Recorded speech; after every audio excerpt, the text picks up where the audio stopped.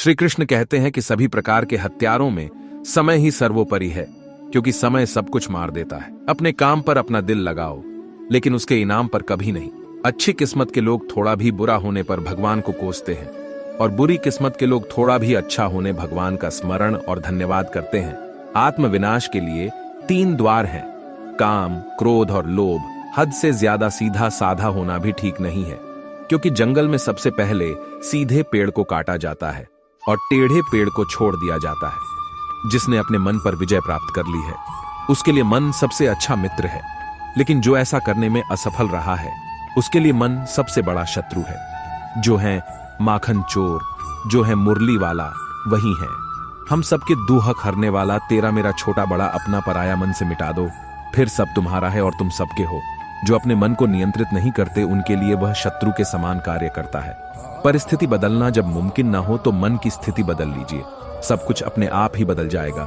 चाहे कितना भी बुरा क्यों ना हो तुम्हारे साथ, पर यकीन रखना इसमें भी ईश्वर ने कुछ अच्छा ही सोचा होगा तुम्हारे लिए। आत्मा को शस्त्र नहीं काट सकता, अग्नि नहीं जला सकती, जल नहीं बुझा सकता, वायु नहीं सुखा सकती। तुम्हारा क्या गया जो तुम रोते हो? तुम क्या लाए थे जो तुमने खो दिया? तुमने क्या पैदा किया था जो नाश हो गया? न तुम कुछ लेकर आए जो लिया, यही से लिया जो दिया, यही पर दिया जो लिया, इसी ईश्वर से लिया जो दिया, इसी को दिया।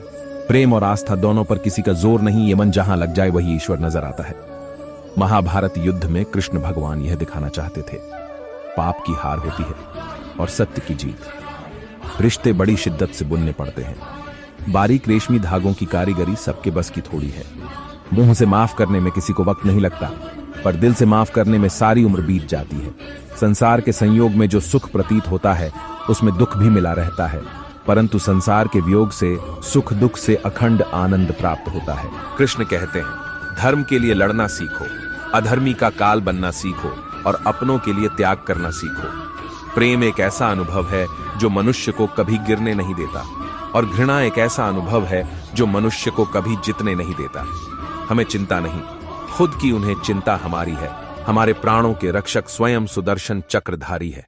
राधा कृष्ण की कृपा पाने के लिए हृदय में भक्ति जगाना होगा। जिसमें यह भक्ति जागृत है वह बड़ा भाग्यवान है। फल की अभिलाषा छोड़कर कर्म करने वाला पुरुष ही अपने जीवन को सफल बनाता है। इस संसार में विभिन्न कलाएं हैं और इस कला में एक अच्छी कला है। किसी के दिल में समा जा, उसे छू लेना चाहे कितना भी बुरा क्यों ना हो तुम्हारे साथ, पर यकीन रखना इसमें भी ईश्वर ने कुछ अच्छा ही सोचा होगा तुम्हारे लिए। यदि आपके पास कोई समस्या आती है तो उसका समाधान खोजें, उससे दूर नहीं भागे। क्रोध की अवस्था में भ्रम जन्म लेता है। भ्रम बुद्धि को नष्ट कर देती है। बुद्धि के नष्ट होते ही व्यक्ति का पतन हो जाता है। जीवन में समय चाहे जैसा भी हो, परिवार के साथ रहो, सुख हो तो बढ़ जाता है और दुख हो तो बढ़ जाता है।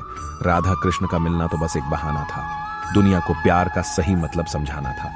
जिस दिन हमारा मन राधा कृष्णा को याद करेगा, उसमें दिलचस्पी लेगा, उसी दिन से परेशानियां आना बंद हो जाएगी। राधा ने श्री कृष्ण से पूछा, प्यार का असली मतलब क्या होता है? श्री कृष्णा ने हंसकर कहा, जहां मतलब होता है वहां प्यार ही कहां होता है। हमें चिंता नहीं, खुद की उन्हें चिंता हमारी है। हमारे प्राणों के रक्षक स्वयं सुदर्शन चक्रधारी है। मुश्किल घड़ी में अपने नहीं जब काम आते हैं, तब बचाने हर बला से मेरे घनश्याम आते हैं। राधा कृष्ण की कृपा पाने के लिए हृदय में भक्ति जगाना होगा। जिसमें यह भक्ति जागृत है वह बड़ा भाग्यवान है। इस संसार में विभिन्न कलाएं हैं और इस कला में एक अच्छी कला है। किसी के दिल में समा जा, उसे छू लेना।